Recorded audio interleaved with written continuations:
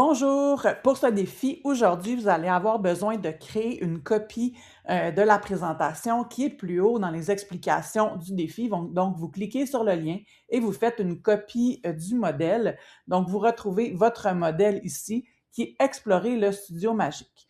Donc, le studio magique va vous permettre d'éditer des images dans ce défi, mais vous pouvez également faire la même chose pour pouvoir éditer de la vidéo. Donc, on se retrouve dans la présentation et à chaque diapositive, vous aurez un défi à relever. Donc, dans la première diapositive ici, on explore effacer l'arrière-plan.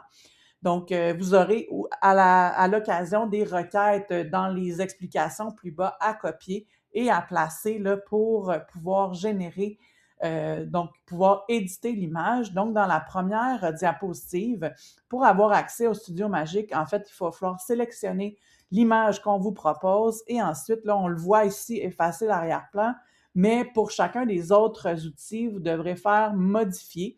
Et là, vous avez accès ici, donc vous voyez le studio magique.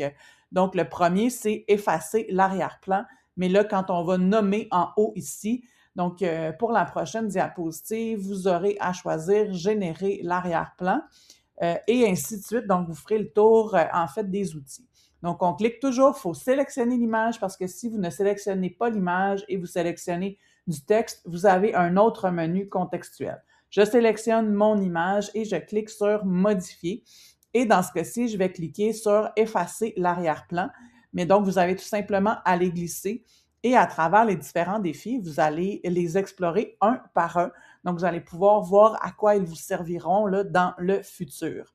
Donc, on fait tout simplement cliquer dessus et la magie va s'opérer. Donc, vous voyez ici, là, ce n'est pas parfait, mais on peut mettre un autre décor là, à notre renard ici. Donc, on pourrait chercher une image dans Éléments et ajouter un autre arrière-plan ou encore utiliser Générer l'arrière-plan pour choisir l'arrière-plan que l'on souhaite. Donc, à travers donc, c'est ce que vous allez explorer dans la diapositive 2. Donc, à nouveau, je vous répète, vous devez sélectionner l'image et ensuite modifier. Et toujours là, on a accès au studio magique. Donc, vous avez aussi des outils de transfert de style que vous pourrez explorer là, dans les prochaines diapositives. Mais pour l'instant, là, je vous invite à explorer les outils du studio magique. Bon défi!